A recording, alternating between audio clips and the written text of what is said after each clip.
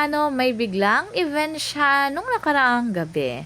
At tinignan niya ang mga nag-model na gown. At nakagip nga siya sa mga story ng kapatid ni Donnie Pangilinan na si Ella Pangilinan. Talagang napaka-supportive ni Bel Mariano kahit saan.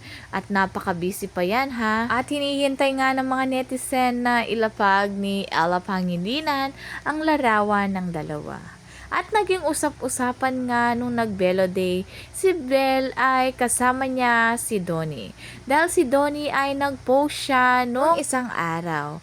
One day lang ang pagitan sa post ni Bel Mariano. Kasama nga ni Bel ang laging gumagawa ng kanyang mga suot. Mukhang siya ang may event kaya dumalo si Bel. Siyempre, para din suportahan ang ate ni Donnie. Lalong binibless si Bel, talagang lagi siya naglalaan ng oras para sa kanyang kaibigan.